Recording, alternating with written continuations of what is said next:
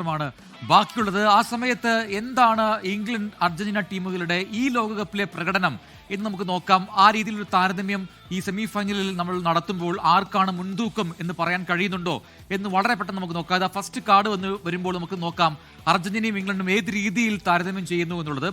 Rank നോക്കുകയാണെങ്കിൽ ഏറ്റവും latest റാങ്കാണ് നമുക്കിപ്പോൾ ഏറ്റവും ആദ്യ പട്ടികയിൽ ഏറ്റവും മുകളിലായി കാണാൻ പറ്റുന്നത്.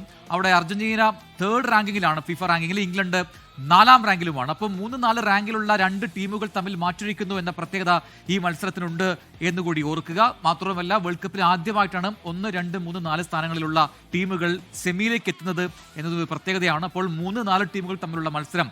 പലരും പറയുന്നു അർജന്റീന 2ാം റാങ്കാണല്ല, ഏറ്റവും ഒടുവിൽ ഏറ്റവും പുതിയ ലേറ്റസ്റ്റ് ഫിഫ റാങ്കിംഗ് ആണിത്. അപ്പോൾ അർജന്റീന 3rd റാങ്കിങ്ങിലുള്ള ടീമാണ്, ഇംഗ്ലണ്ട് 4th റാങ്കിലുള്ള ടീമാണ്. ഇവർ തമ്മിൽ മാറ്റുരയ്ക്കുന്നു. ഇനി ഈ വേൾഡ് കപ്പിൽ രണ്ട് ടീമുകളും, അതിപ്പോൾ അർജന്റീന ആണെങ്കിലും ഇംഗ്ലണ്ട് ആണെങ്കിലും 6 മത്സരങ്ങൾ പൂർത്തിയാക്കിയിട്ടുണ്ട്. 6 മത്സരങ്ങളുടെ പട്ടിക രണ്ടുപേർക്കും തുല്യമാണ്. ഇനി അതിൽ ജയം നോക്കിക്കഴിഞ്ഞാൽ 6-6 ജയിച്ചാണ് അർജന്റീന വരുന്നത്. 5 ജയമാണ് ഇംഗ്ലണ്ടിനുള്ളത്. കാരണം ഒരു മത്സരം അത് സമനിലയിൽ കലാശിക്കുകയും ചെയ്തിരുന്നു എന്ന് നമുക്കറിയാം. ഇനി അർജന്റീന വേഴ്സസ് ഇംഗ്ലണ്ട്, ഈ ഗോൾ അടിച്ചതും വഴങ്ങിയതും കൂടി നമുക്കൊന്ന് വളരെ പെട്ടെന്ന് നോക്കാം. അതിൽ ഏറ്റവും കൂടുതൽ ഗോൾ അടിച്ചിരിക്കുന്നത് നിലവിൽ അർജന്റീന തന്നെയാണ്. 17 ഗോൾ അർജന്റീന അടിച്ചിട്ടുണ്ട്.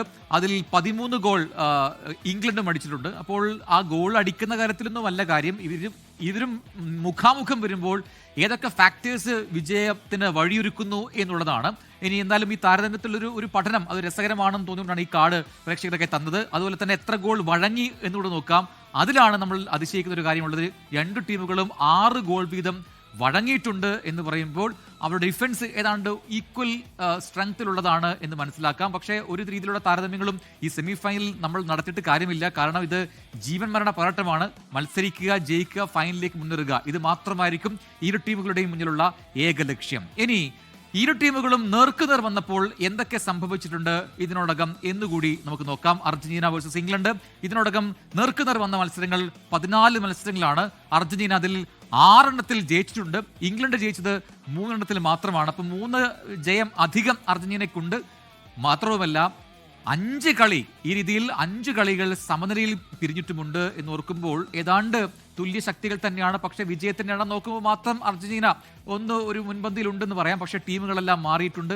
പഴയ കാലത്തെ ടീമുകളല്ല. ഇരു ടീമുകൾക്കും വലിയ വിജയ സാധ്യത കൽപ്പിക്കുന്നുണ്ട് ഫുട്ബോൾ ലോകം. അപ്പോൾ പറഞ്ഞു വരുന്നത് ഇരു ടീമുകളും തുല്യ ശക്തികൾ തന്നെയാണ്. അതുകൊണ്ട് അവർ ഏറ്റുമുട്ടുമ്പോൾ ഒരു മികച്ച ആവേശകരമായ മത്സരം നമുക്ക് സെമിയിൽ, ഈ 2ാം സെമിയിൽ പ്രതീക്ഷിക്കാം എന്ന് തന്നെയാണ്.